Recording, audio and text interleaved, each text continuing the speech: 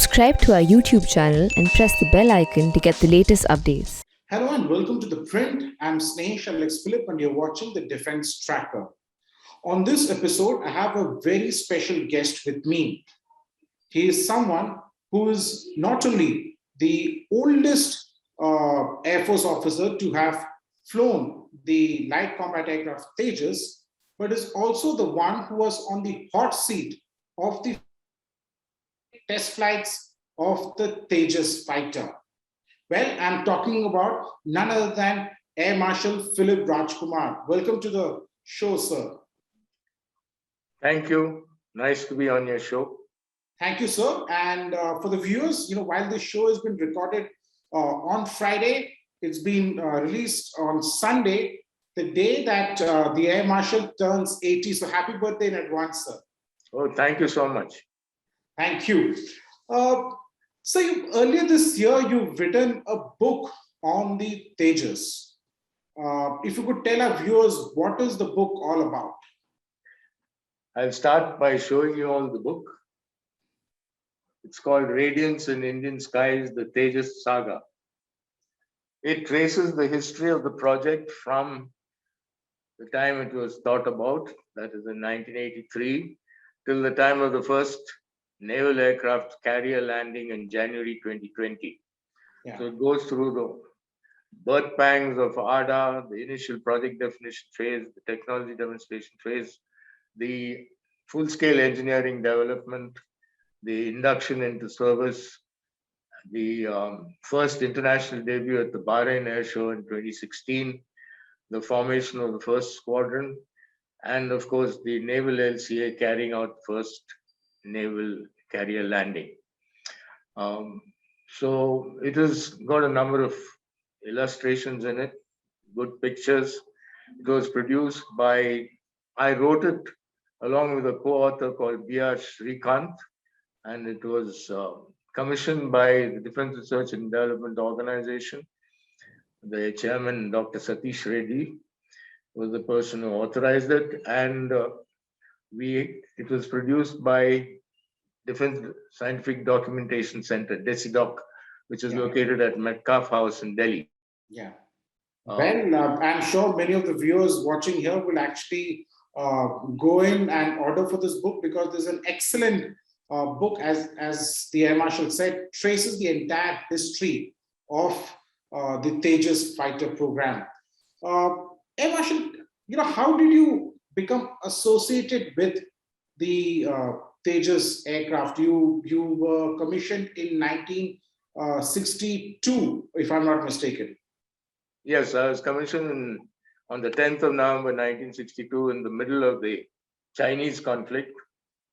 And I was 21 years old, and I retired on 31st August 2001 at the age of 60. After that, I was appointed director of the Aeronautical Development Agency for 2 more years, and I signed off from government service at the age of 62. Yeah. My association with the Light Combat Aircraft project starts in around 1984, when I was the chief test pilot at the Aircraft and Systems Testing Establishment at Bangalore. And in 1985 was when the Indian Air Force released the Air Staff Requirement 2 of 85, laying down the requirements for the light combat aircraft. Thereafter, ADA was formed in 1985. The first Director General was Dr. S.R. Valluri. He resigned at the end of 1985. And then young Dr. Kota Harinarayana, at the age of 43, was appointed the next program director. Yeah. And the success of the project owes a tremendous amount to the drive, initiative, and enthusiasm of Dr. Kota Harinarayana. You just cannot take away from him the enormous contribution that he's made. Absolutely. Thereafter, we flew the aircraft first, the technology demonstrator, on the 4th of January 2001. And the second technology demonstrator, TD2, flew on the 6th of June 2002. Yeah. And thereafter, after I retired, successive program directors have refined the whole system and carried it forward. And the net result was that It entered the first squadron, which was formed, was number 45 squadron. It was formed on the 1st of July 2016, and the final operation clearance was issued in February 2019. Exactly. So I've been associated with it for a long time, and from 1994 to the time I retired in 2003, for 9 years, I was in the, so to speak, the hot seat of managing the test flying, which was fraught with a lot of risks because of the 4 new technologies that we had incorporated in the aircraft: the fly-by-wire system, the glass cockpit, the composite airframe, and the health monitoring of utility systems. This incorporating 4 new technologies in an unproven aircraft was itself a big risk. The good thing was that we had an extremely reliable and proven engine, the General Electric F404, Yeah. which we used, which is still in use in the Tejas. So that was responsible, played a huge role in the safety record of the aircraft. Absolutely. Air Marshal, you've been very modest, and you of course spoke about how your journey with Tejas started in '84 itself. But it was in '94 when the Air Force sent you, and I believe that it was based on a request, a personal request by the then SA, that is the scientific advisor to the RM or Raksha Mantri or the Defense Minister, and the former President APJ Kalam. Is that true, sir? Yes. In 1994, Dr. Kalam made a request for my services to set up the National Flight Test Center and do the flight testing of the technology demonstration phase. The technology demonstration phase consisted of the manufacture of 3 airframes: TD1, Technology Demonstrator 1, Technology Demonstrator 2, and another structural test specimen.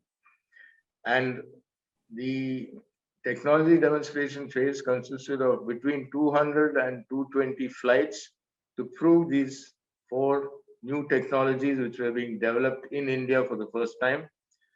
So we completed this phase. When I left on the 31st of August 2003, we had flown 98 flights. The technology demonstration phase of 202 flights was completed on the 31st of March 2004. And the full-scale engineering development started thereafter. So, there is no doubt about the fact that it's a proud moment for India that we now have an indigenous light combat aircraft. Now, this is not going to be just an LCA light combat in the coming future. There are big plans for the LCA. But there is also a lot of criticism when it comes to the LCA.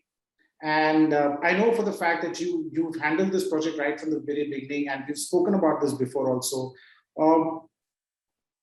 For example, one big criticism is the fact that it took so many years. What do you have to say to those critics?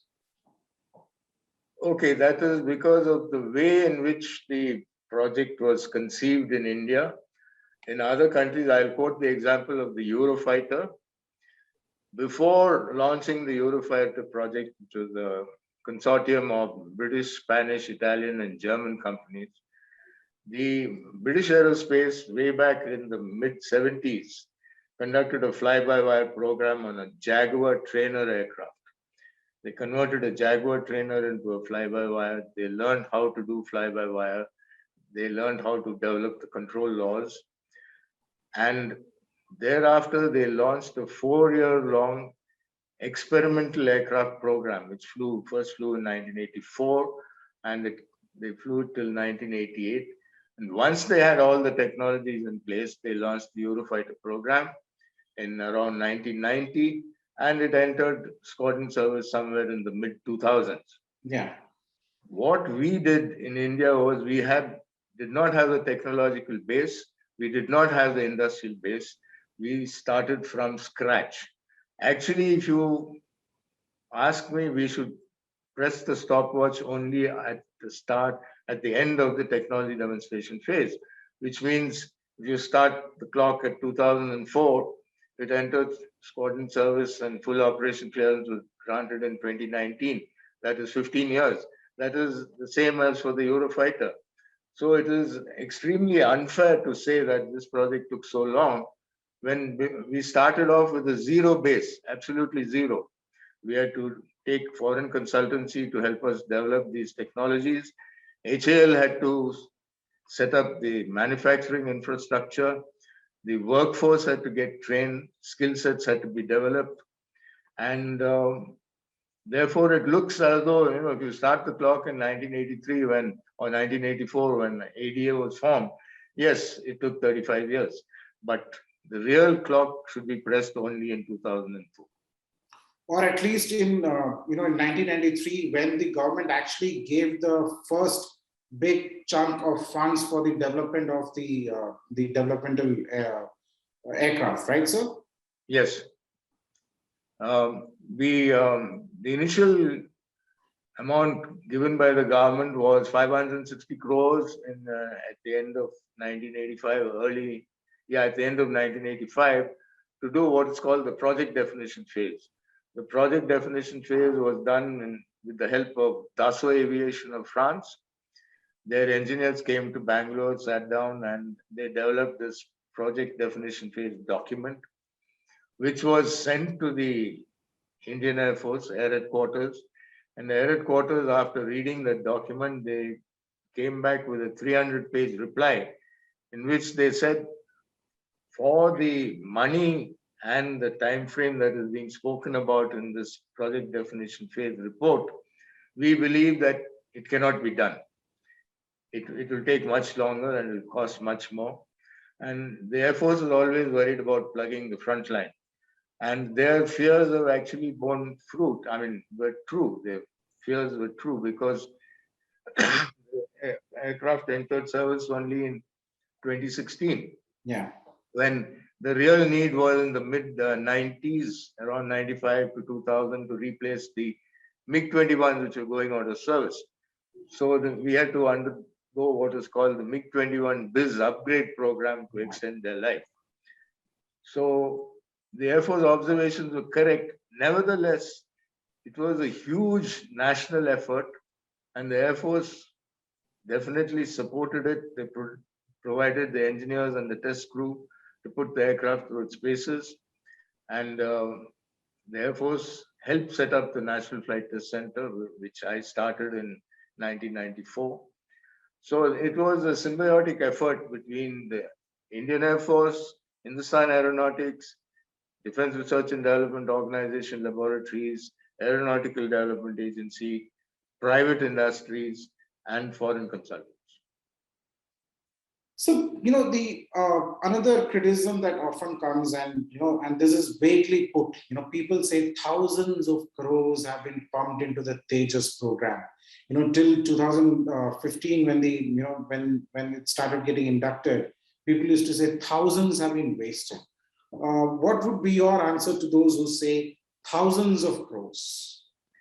From 1986, when we got the first tranche of 560 crores, till the time the aircraft landed on the carrier in January 2020, the total amount of money the government has invested in the program is 14,293 crores. Now you divide that by 34, you get a figure of about 420 crores. Exactly. 420 crores is the money the country has spent on this program every year. Half of this 14,000 crores has been spent within India, mainly to set up infrastructure within HAL and in private industries in the country. For this paltry investment of 420 crores a year, we have built 17 prototypes, including 2 naval versions. We have flown 5,000 development flights with an enviable safety record, and the country should be proud of it. I think this business of wasting thousands of crores is totally unfounded. It's a misnomer. As you rightly mentioned, it's unfounded. Yes. Air Marshal, another question that comes to our mind often is where does Tejas go from here?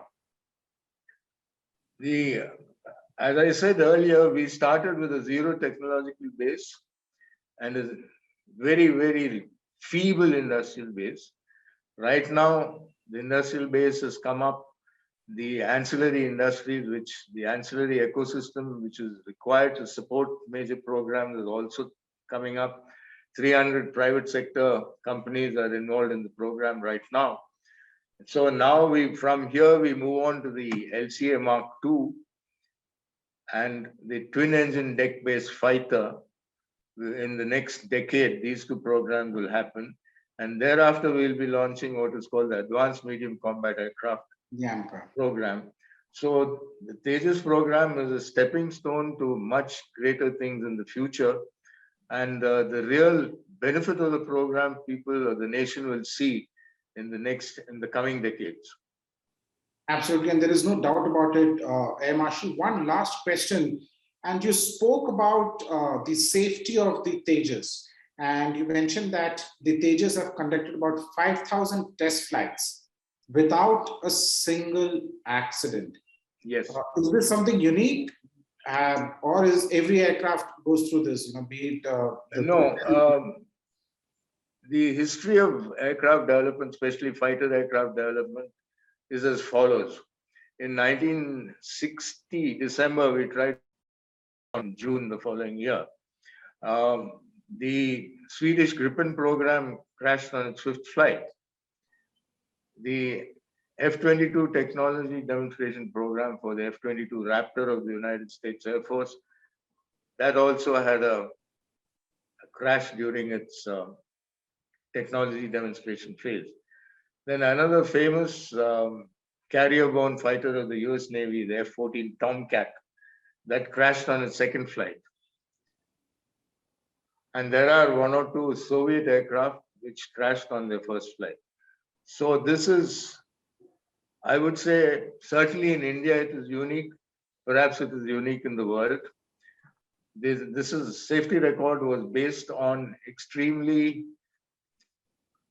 what shall I say, close monitoring of each test flight using state-of-the-art telemetry, and the pilot and the development of a very, very good simulator, which the pilots used to practice their maneuvers, especially difficult maneuvers. They practiced on the ground in the simulator, and then they went and executed in the air under close monitoring by the flight test engineers sitting on the ground. Now, this was particularly important because of the negative publicity of the LCA program. There were a lot of people, including members of parliament, who were baying for closure of the project. Yeah. So, God forbid if the Tejas had even a major incident or a loss of an airframe in the early stages, there would have been howls of protest wanting the program to be closed. So I would say we are lucky to have gone through without any accident, but it was also due to very careful planning and execution. Which you rightly did, and for which you also got the ESM. I was going through the citation, and it mentions every single thing that you did about how you made the entire program safe. I did say that was the last question, but I have just one more question, sir. You flew the Tejas 2 years ago. How was the feeling, sir? I had worked on the Tejas's control laws. The control laws of the fly-by-wire system are, this is the photograph you want me to send to you. Yes. This one. Yeah, okay. I will send it to you. The control laws of the fly-by-wire system are what which decide how much the control surfaces should move. Yeah. Depending on the flight condition. We developed this on the ground using the simulator at a DRDO establishment called the Aeronautical Development Establishment, and a CSIR laboratory called the National Aerospace Laboratories in Bangalore. Thereafter, we took these control laws to in-flight simulation aircraft with a company called CalSpan in Buffalo, New York. Okay. So I was very involved in the early stages of the program, developing this control law. Then I retired, and I always had this secret desire to see how the aircraft actually flew. Now everybody was getting a ride at the Yelahanka air shows. Yeah. And I even heard that PV Sindhu had a ride in the LCA trainer. So I said, if Sindhu can fly, I can also fly. So I made a request to Dr. Satish Reddy, and he very kindly allowed me to fly, even though I was 78 years old. So I went and flew it, and it was a sheer delight, the way the aircraft handled and all the systems in place. I had a look at the radar and what all the radar does, and how good the engine response is, how much power the aircraft has. And it was a delight. It was a delight. And I'm very thankful that I was able to finally experience the flight control laws, how they behave in flight, on which I had worked 25 years earlier. Well, absolutely. I'm so glad that you got a chance to fly in the Tejas. And thank you so much, sir, for everything that you've done for the Tejas program. And it was a pleasure talking to you. And before I sign off, happy birthday once again, sir. Thank you. Thank you, Alex. Thank you so much. Thank you, sir.